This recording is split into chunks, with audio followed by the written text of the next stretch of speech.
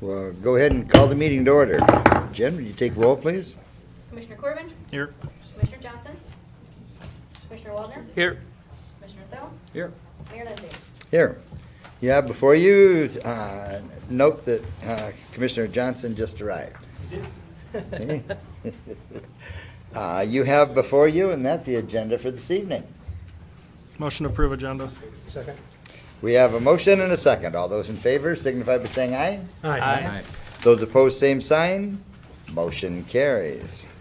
Under appearances, we have Don Amert from Amert Construction to discuss alley light poles replacement request. And if you would please come up to the microphone, that way she's going to leave you on your own. She's not going to follow you on this. Okay. There, very good.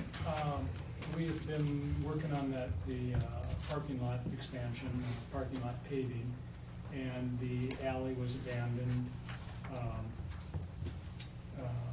And as to the extent that the city still has a right-of-way for their electrical easement.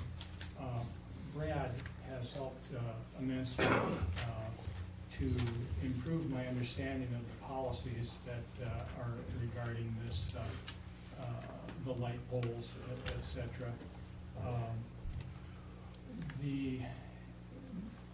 Typically, you know, we haven't got a real solid set of rules apparently for where light poles go along city streets for street lighting. This one is set back west of the property line. Typically, generally, they're out toward the curb and gutter. This one is set back behind the property line, but it is in the alley easement. And I think that it was previously was in use as a light pole. It's my understanding now that if the pole stays where it is, it's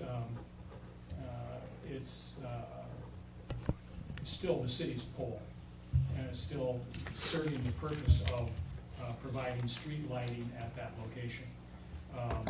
If the church wants to have it moved, they can request that be done, but there would be a charge for it. What the situation we're in is that where the pole is sitting right now is going to end up in the pavement. We're going to surround the thing with concrete, and that's going to make it more difficult going forward to deal with it. If anything has to be changed going forward, at some point the pole is going to deteriorate to the point where it needs to be replaced, and then that's going to be a separate issue, which I guess will get dealt with at that time. We would, in a perfect world, the pole would get moved a couple feet farther north and a couple feet farther east toward the street. Or it could, in fact, go out adjacent to the curb and gutter, which would be more in keeping with where street lights are generally located around town. Like Brad pointed out to me, there is no great need to locate that anywhere besides where it is from the city's point of view, apparently. It does provide light onto the street right now. It's not in danger of tipping over this year, and that if the owner would like to have it moved, that it would be at the owner's expense. Going forward, the city, if we don't do anything about this and the pole stays right where it is, we pave around it, then from my perspective, and Brad, maybe you could correct me if I'm wrong, but the pole still belongs to the city. Mm-hmm. And the city still has the easement to have the pole there and to do whatever it needs to do to maintain the pole. So if that's the case, then rather than ask the church to come up with from my perspective, what I would like to see is, I would like to see the pole put in an appropriate place, for its purpose. You know, there used to be overhead power lines through there, and that's why the pole is where it is. You didn't put a power line pole right next to curb and gutter, somebody come along and hit it, and so it's where it is because it used to be a power pole. If we could, from the church's perspective, if it was out by the curb and gutter, where a normal streetlight pole would be, it would be out of our parking lot, snow removal, we wouldn't have any concerns about nicking the thing or anything like that. But the idea that the church would pay to have this pole relocated, you know, that's not really what, you know, that's not what the church would like to see. The church would like to see the city take care of that pole and go from there. Brad, what kind of cost are we talking to move a pole? Depending on what pole you put up, it's anywhere from just under $1,983 is what we had for the wooden pole, and then the aluminum pole, if we went to the shorter one, was another about $400. So just under $1,400, $1,380 something. If I remember the numbers right. Okay. Now, if it stays where it's currently at, and you surround it with concrete, and for whatever reason the pole breaks or we have to replace it, then we have to dig out around the concrete, or we'd pull it out and relocate it at that time, or would we cut out the concrete, put it back, and replace the concrete? I guess I'm just trying to look down the road and see if we would have a cost down the road that would be similar to moving it now versus moving it later, or I don't know. If we were gonna leave, if the pole is gonna stay where it is, we won't pour tight up against it. I mean, we'll block out around it, Mhm. because nobody's gonna drive through there anyway. So it's not gonna be tight up against it. Does it create a parking issue because of where it's Well, at? we lose a parking place. Okay. Mr. Corbin? We've had Your these pole your situations department? come up a couple times with, specifically with churches. And in the past, we've denied these requests because, much like Marshall would like, we try to hold down costs of the electric department so we can hold down rates. But so that's where I stand. I guess just try to be consistent. I'd prefer to stick with the policy we have in place. I understand we have an easement there, and you apparently are going to concrete over that area that has the easement. I don't know how much life is left in the pole. I guess I left that up to Brad, but I'm just looking to stay consistent. It's a policy we have to kind of minimize costs for the department. I guess from my perspective, you know, if the pole has a life expectancy of another 15 years, and the life expectancy of a new pole would be however many years, you know, that maybe something more palatable for the church would be to pay a prorated charge on, you know, what, you know, it would be, the city would be avoiding future costs by not having to take care of it in 15 years, and it would end up in the right place. You see what I'm going? I'd like to see you actually include it as part of your project and move the pole. I mean, how much did it cost to pave the whole lot? $166,000. So we're looking at Well, another that's just $1,000, our part. I right? mean, all the other stuff. I mean, yeah, obviously it Yeah. was a fairly large project, right? Yeah, it was a progress in Madison. Absolutely. Mhm. Thank you. I appreciate that. Were you going to say something, Brad?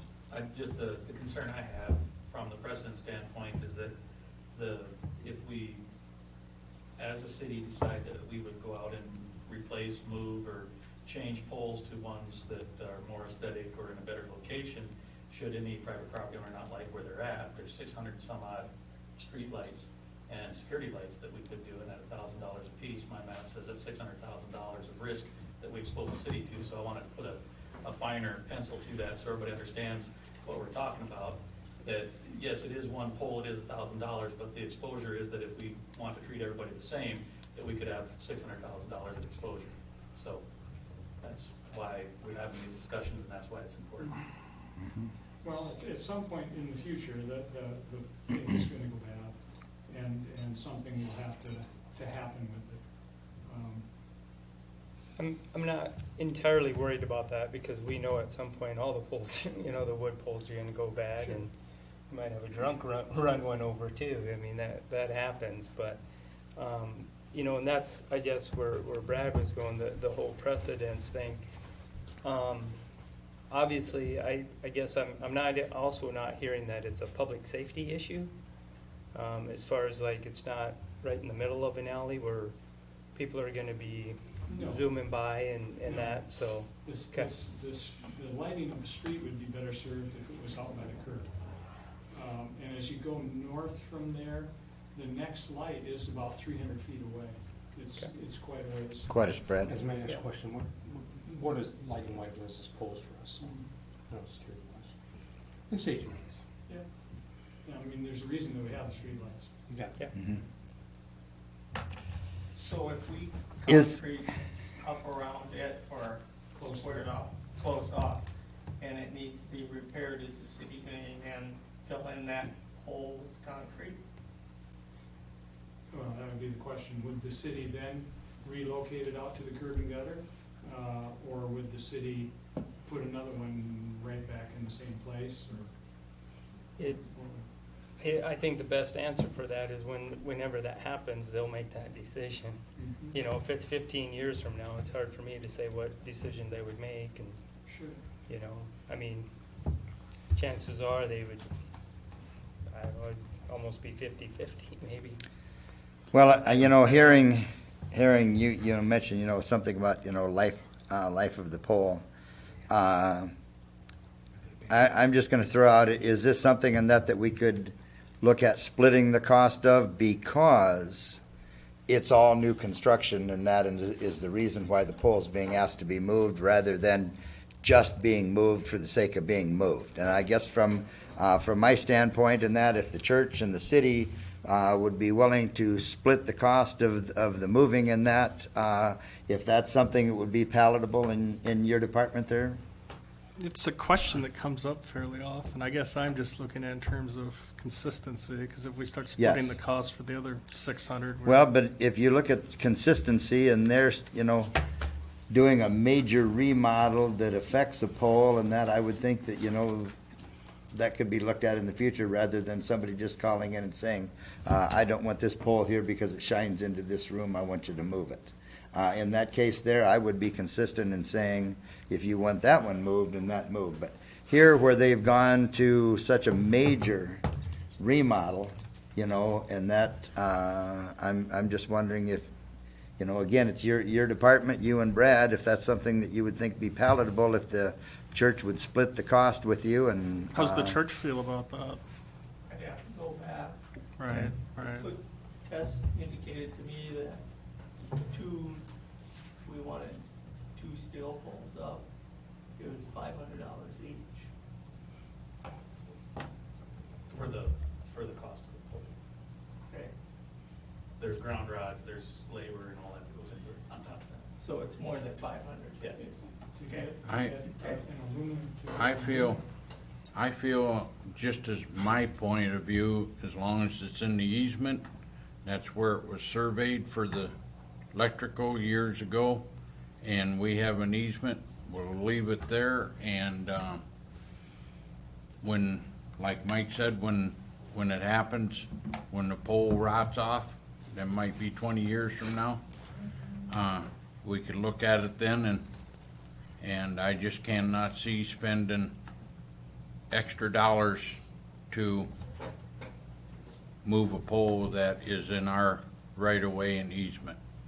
So the pole is in your right of way, It's inside the original line. It's in the easement, Yes.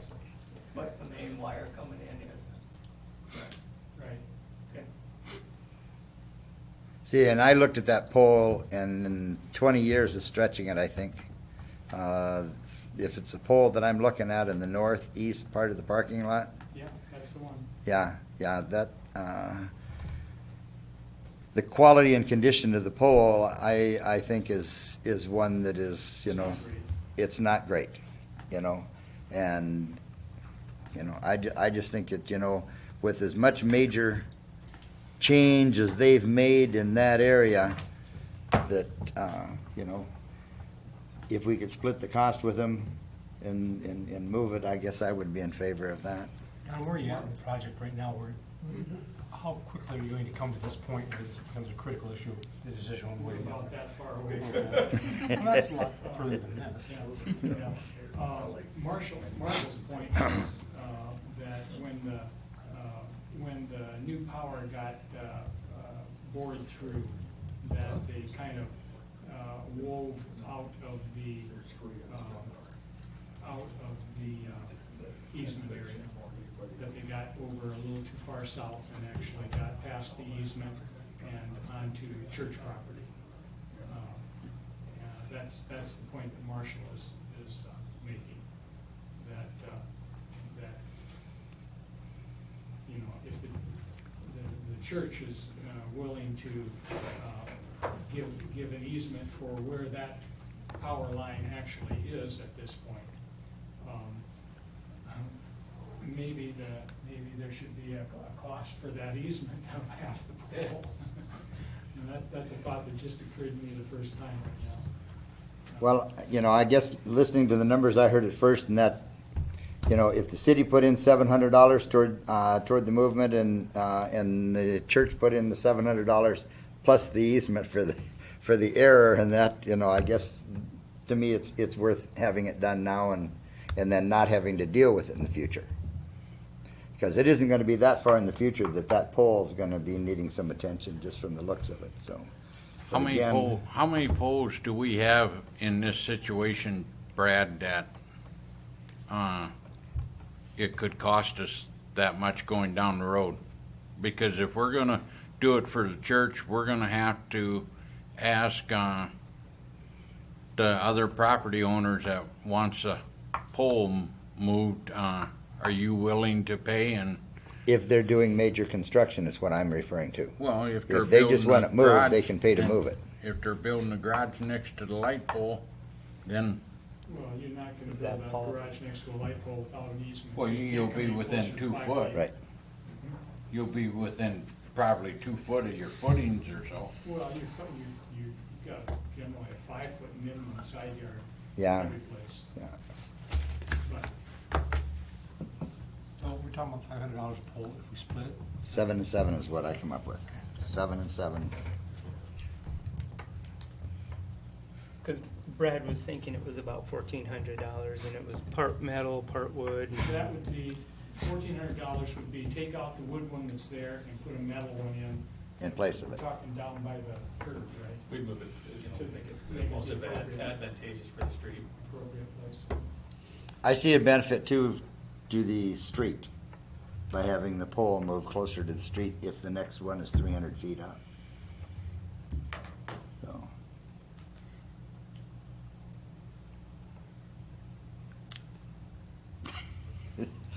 We're I both can't really make a dug in motion, here. it has to come from somebody else. I realize this is an exception, and, you know, And that's the way I look at it too, it's an I realize exception. it's an exception, but I can support splitting these costs with the church if they agree to that. Only if Marshall comes down every time we have a pole movement request. This is a little exceptional situation, and, you know, there will be others, there are always exceptions, but I think there's public welfare here, there's lighting and security and those kinds of things, and I just don't think it's an unreasonable request. Would you like to make that into a motion? Well, what am I moving? 2 poles, total cost of $1,400. Is there Are two we or moving them one? both? No, there's just one pole. One pole, Cost one of- pole, $1,400. And we obviously split the cost with the United Methodist Church. Is my motion. Are there any parts of that that we need to consider before anybody seconds it? The easement on the error of the The easement, I was the just gonna say. easement. Thank you. And the easement. Yes, yes. and the easement for the wire that kind of got waylaid in the process. We have a motion. I'll second it. This is horrible. Okay, we have a motion and a second. All those in favor signify by saying aye. Aye. Those opposed, same sign. Aye. Okay, motion carries. Note one there. So, Now, Take it back to the trustee. Thank you. Thank you. Nope, understood. Additional discussion then on the Yes. same topic, that our motion is dead if they can't do it. Contingent upon. Yeah, Yes, Yep. okay, yep. Just making sure, It's an offer. Okay. yep. We can't wait. So is the pole still yours? If you move it? Okay. Just clarifying. Sounds good. Okay. Thank you. Thank Yep, you. Thank you, guys, appreciate it. consideration. Yep. Is there anyone that wants to remove anything from the consent calendar? Make a motion, we approve the consent calendar. Second. We have a motion and a second. All those in favor signify by saying aye. Aye. Those opposed, same sign. Motion carries. Under old business, update on general obligation refunding bonds, Series 2016. Jen, did you want to address this? Yes, if I may, please. You will remember back on May 16th, you adopted a lengthy resolution. It was Resolution 2016-13, which authorized the issuance of general obligation refunding bonds, Series 2016. Those were bonds to reissued for our current swimming pool debt service. Since then, lots has transpired. We had a preliminary official statement, we moved to an official statement. I've got pages worth of debt service comparisons. I'm happy to report that as of last week, all of this was finalized, and we realized a savings over the course of the loan, so from 2016 through the end of 2022, when this loan will be paid off, a savings of $97,750. You'll remember we kind of looked at this last fall. The savings wasn't there. It needs to be substantial enough for us to go through all of this work and refinancing. The savings wasn't enough at that time. It then moved to about a $70,000 savings, $80,000 savings. The last time and final time we ran the numbers, again, it was $97,751. We moved from an interest rate of 4.75% to a sliding interest rate of 0.80%. The next 3 years we'll pay 0.80%, up to a maximum of 1.6%. Bonds are to be officially sold on August 9th. A little better than we anticipated, that's good to It- hear. It kept growing in our, yes, so very good. Very good. So then FYI, when we go through the 2017 budget process and we levy the taxes, you'll remember that this is a request to the county auditors because it's paid for by property taxpayers. Our total levy will be $314,575, which is a savings of about $15,000 for just that 1 year. Very good. Very good. And this was an update, so no motion is necessary No on this. motion necessary, just an update, thank you. All right. Under any other questions? Thank you, Jim. Thank you. Under new business, authorize the mayor to sign the agreement with South Dakota Department of Agriculture Cooperative Fire. Randy, is this one you want to address? The fire agreement that we're asking you to sign is, it's no different than the ones we've had in the past 20 years. All it does is it allows the state to put us on the list. If they're having troubles out, the Blackfield's out west, they can go down the list, call on people. We're not committed, not obligated to go. If we're having high fire danger here, can't afford to send a truck, we just tell them no. But it is a good fundraiser for us, good experience for my guys. Trucks make good money out there. We've been doing it for the last 2 months. These contracts are 4-year contracts. Our last one was 2012, so we're due here this year, so. Very And in good. the past, we've sent, maybe not numerous, but quite a few guys have gone out and helped fight fires in the Black Hills, and Exactly. I know we appreciate that. We got some of the best firefighters in the state. They always perform very well at state school and competitions, so get the talent where the talent is. With that, I'll make a motion that we approve or authorize the mayor to sign agreement with South Dakota Department of Agriculture for the cooperative fire. Second. We have a motion and a second. All those in favor signify by saying aye. Aye. Those opposed, same sign. Motion carries. All right, seeing no announcements, no executive session, do we have a motion to adjourn regular meeting? So moved. Second? We have a motion and a second. All those in favor signify by saying aye. Aye. Aye. Those opposed, same sign. Motion carries. All right, we are out of regular